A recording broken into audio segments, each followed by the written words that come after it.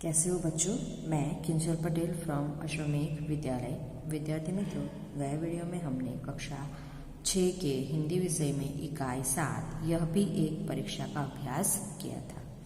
अब हम यहाँ पर उसके आधार पर जो प्रश्नों के उत्तर दिए गए हैं वो हम करेंगे। यहाँ पर हमें शब्दार्थ दिए गए हैं तो वो शब्दों के अर्थ हम जान लेते हैं।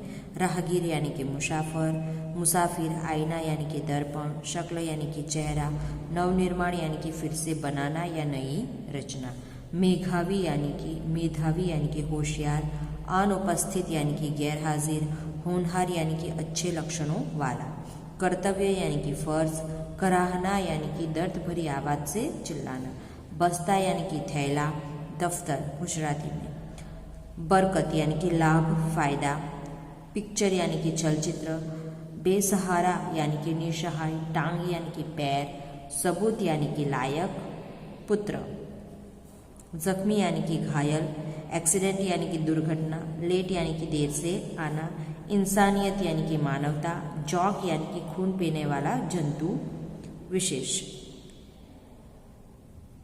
गुजराती में इसे झल्लो कहा जाता है, रेजगारी यानी कि छोटे सिक्के, हाकर यानी कि फेरियो, गुजराती में फेरियो कहा जाता है। बराबर। चलो आगे है मुहावरे। आईना बनाना, उसका अर्थ होता है बहुत चमक लाना। रौब जमाना का अर्थ होता है अपना प्रभाव दिखाना। आगे है नाक में दम करना, तो उसका अर्थ होता है परेशान करके रखना। यहाँ पर हमें अभ्यास के प्रश्न दिए गए हैं। निम्नलिखित प्रश्नों के उत्तर दीजिए। उसमें पहला है, देवेंद्र ने परीक्षा होने के बावजूद भी भिखारी की मदद क्यों की? क्यों की भिखारी की मदद? तो यहाँ पर इसका आंसर आएगा कि देवेंद्र ने परीक्षा होने के बावजूद भी भिखारी की मदद क्यों की? क्योंकि भिखारी के पाँव में जो है गहरी चोट लगी थी, उसमें से खून बह रहा था, उसे अस्पताल पहुंचाना बहुत जरूरी था। देवेंद्र के लिए मानव की सेवा सबसे पहला कर्तव्य था। इंसान की सेवा ही उसकी दृष्टि में सबसे बड़ा धर्म था। इसलिए परीक्षा होने के बावजूद उसने भिखारी की मदद की। अभी यहाँ पर दूसरा प्रश्न है, प्रधान अध्यापक ने देवेंद्र के पिता को बधाई क्यों दी? प्रधान अध्यापक ने देवेंद्र के पिता को बधाई क्यों दी? तो इसलिए बधाई दी क्योंकि देवेंद्र मेधावी विद्यार्थी था। स्कूल की परीक्षा में उसका पास होना निश्चित था। इसके साथ ही उसने बूढ़े भिखारी की सहायता की थी। अपनी परीक्षा के बावजूद उसने उसे अस्पताल में भर्ती करवाया था। देवेंद्र जो है परीक्षा होने के बावजूद भी उसे पता था कि परीक्षा चालू हो गई है, उसमें देर हो गई है, फिर भी वो क्या करता है, उस बूढ़े को अस्पताल पहुंचाता है, अस्पताल उसमें भर्ती करवाता है।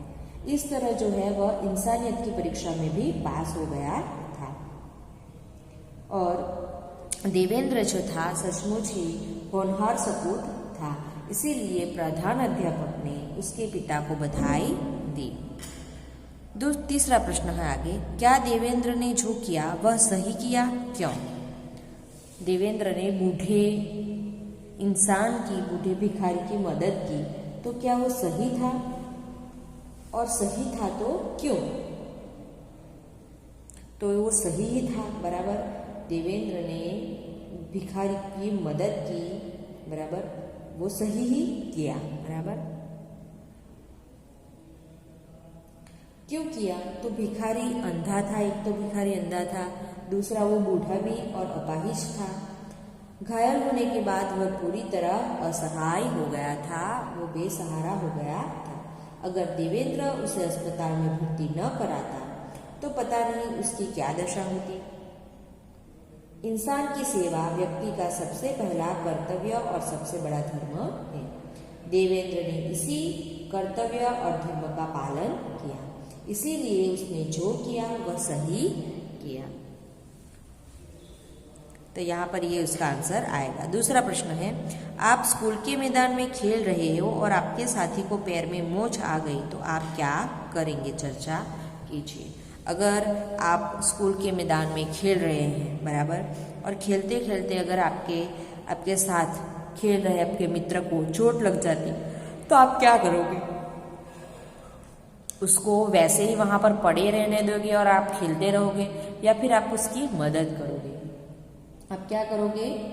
आप उसकी मदद करोगे बराबर। उसको आप सहारे देकर क्लास में लेकर आओगे और टीचर को भी उसके बारे में बताओगे कि भाई आपके मित्र को चोट लगी।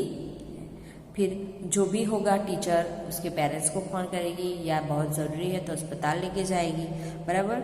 इस तरीके से वो करेगी बराबर।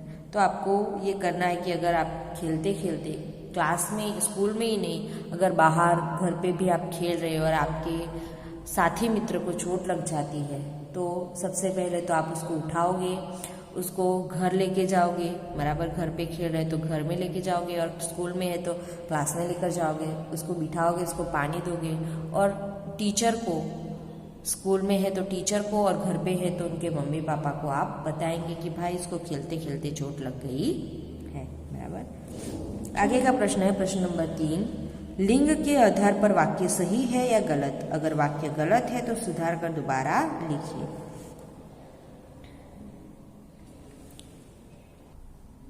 इसमें पहला वाक्य है, मेरे पास एक बड़ी संदूक है। तो ये सही है या गलत? तो ये गलत है बराबर है। तो सही वाक्य क्या आएगा? मेरे पास एक, बड़ी की जगह पे क्या आएगा? बड़ा आएगा। बड़ा संदूक है बराबर। यहाँ पर बड़ी की जगह पे बड़ा आएगा। मेरे पास एक बड़ा संदूक है बराबर। ये विधान गलत है और सही विधान आएगा, मेरे पास एक बड़ा संदूक है। दूसरा है, मैंने अहमदाबाद से अंबाजी की टिकट ली। तो ये गलत है या सही है?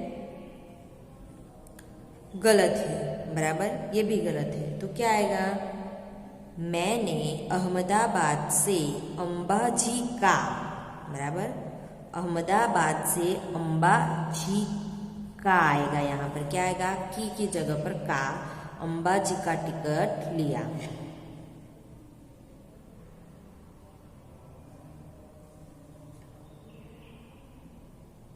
तीसरा है, रावण के साथ युद्ध में राम का विजयी हुआ। तो यहाँ पर क्या आएगा? ये भी गलत ही है। यहाँ पर आंसर क्या आएगा? रावण के साथ युद्ध में राम का विजयी, यहाँ पर क्या आएगा? युद्ध में राम की, क्या आएगा? की, राम की विजयी हुई। हुआ की जगह पे क्या आएगा? हुई। रावण के साथ युद्ध में राम की विजयी हुई। ये इसका आंसर आएगा। इस तरीके से लिंग परिवर्तन होगा। आगे है, मैंने पुस्तक खरीदी। तो यहाँ पर क्या आएगा? ये वाक्य क्या है? सही है बराबर।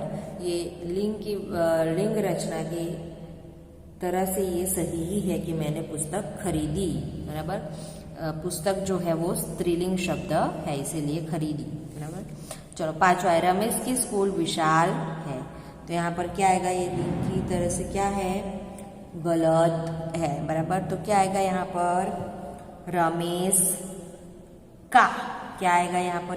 की जगह पे का। रमेश का स्कूल विशाल है बराबर। ये जो स्कूल है वो पुल्लिंग शब्द है बराबर, इसीलिए आएगा रमेश का स्कूल विशाल है।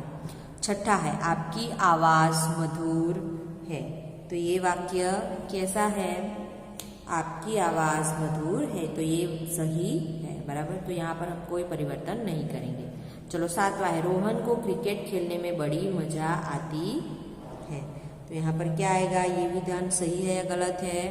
तो ये विधान गलत है। तो क्या आएगा यहाँ पर सही? रोहन को क्रिकेट खेलने में बड़ी की जगह पे क्या आएगा? बड़ा। बड़ा मजा आती की जगह पे क्या आएगा? आता है। बड़ा मजा आता है बराबर है। रोहन को क्रिकेट खेलने में बड़ा मजा आता है। चलो आठवां है, हमें पौष्टिक खुराक लेना चाहिए। तो यहाँ पर ये विधान भी गलत है। यहाँ पर क्या आएगा, हमें पौष्टिक खुराक लेना की जगह पे क्या आएगा, लेनी चाहिए। बराबर, हमें पौष्टिक खुराक लेनी चाहिए, यहाँ पर इस तरीके से आएगा। चलो आगे है, मैंने एक सुंदर तस्वीर देखा। तो क्या आएगा, ये विधान भी गलत है। यहाँ पर क्या आएगा, मैंने एक सुंदर तस्वीर देखी। देखा की जगह पे क्या आएगा, देखी। देखी, मैंने एक सुंदर तस्वीर देखी। चलो आगे है 10वां, आज भारी बरसात हुआ। तो यहाँ पर क्या हुआ, ये भी गलत है। तो यहाँ पर आंसर क्या आएगा, आज भारी बरसात हुआ की जगह पे क्या आएगा, हुई। आज भारी बरसात हुई। बराबर, इस तरीके से आपको अगर वाक्य लिंग के आधार पर वाक्य गलत है तो उसे सुधार कर लिखना है। बराबर है। अभी आगे का प्रश्न है, प्रश्न नंबर 4, निम्नलिखित वाक्यों का वचन परिवर्तन करके वाक्य फिर से लिखिए। पहला है, लड़के मैदान में खेल रहे हैं। तो यहाँ पर क्या आएगा, लड़के की जगह पर लड़का। लड़के का हमें वाक्य परिवर्तन करना है। लड़के की जगह क्या आएगा, लड़का। लड़का मैदान में खेल रहे की जगह पे क्या आएगा, रहा है। लड़का मैदान में खेल रहा है। बराबर है।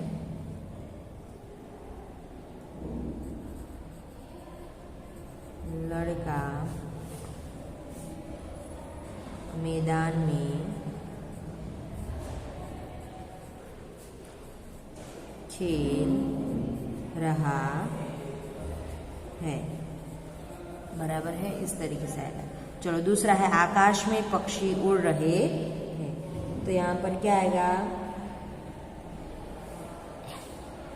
आकाश में पक्षी उड़ रहा है आएगा। बराबर है, क्योंकि एक ही पक्षी है तो यहाँ पर आएगा, आकाश में पक्षी उड़ रहा है। चलो तीसरा है, मैंने आज एक व्यक्ति की मदद की। तो यहाँ पर क्या आएगा, मैंने आज एक व्यक्ति की मदद की। तो यहाँ पर एक की जगह पर हमें कई रखने हैं तो बहुवचन हो जाएगा। यहाँ पर एक वचन है तो उसका बहुवचन हो जाएगा कि मैंने आज कई व्यक्तियों की मदद की। आज मैंने कई व्यक्तियों की मदद की। व्यक्तियों की मदद की। बराबर है। चौथा है, उद्यान में हरा भरा पेड़ है। तो यहाँ पर क्या आएगा, उद्यान में हरे भरे पेड़ है।